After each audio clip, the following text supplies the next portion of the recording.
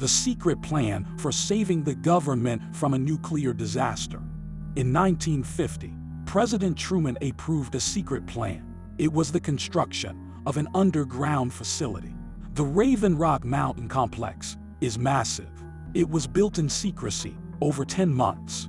5 separate 3-story buildings were built deep inside a mountain. Raven Rock is located on the Pennsylvania-Maryland border. This plan has never been made public. The site was discovered accidentally in the 2010s. It turned out to be full of surprises.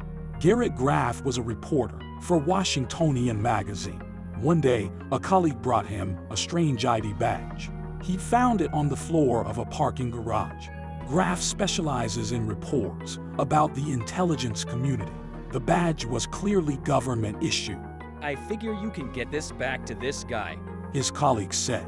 Weirdly, the back of the badge had driving directions. Graff checked Google Maps and found they led to Pennsylvania.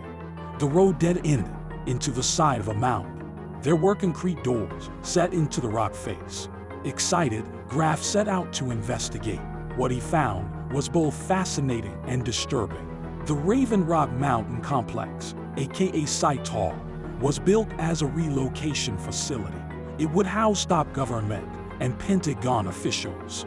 They would be brought there in the event of a nuclear attack. Site Hall is a hollowed-out mountain the size of a city. It has everything that a small city would. There's a fire department. There's a police department. There are medical facilities and dining halls. The dining facility serves 4 meals a day. It operates 24/7. In the 1990s, after the Cold War ended, it was mothballed. After 9/11, it was restarted and expanded. Today's Site Hall could hold as many as 5,000 people. The original plan has been declassified. The more recent stuff is still secret.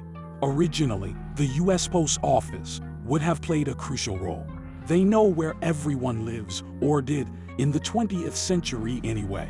They were supposed to keep track of the survivors. Refugee camps would have been set up around the country. They would have been run by the Parks Service. Alarmingly, even the IRS had a role to play.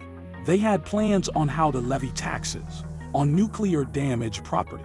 The Federal Reserve built a bunker in Mount Pony, Virginia. It held $2 billion in cash. This would have been enough to keep the economy going for 18 months.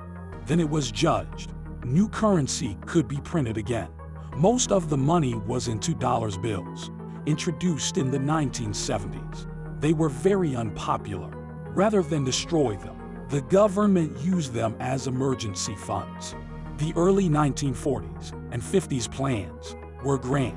They envisioned an evacuation of all surviving citizens. But as nukes became faster and more powerful, the plan shrank.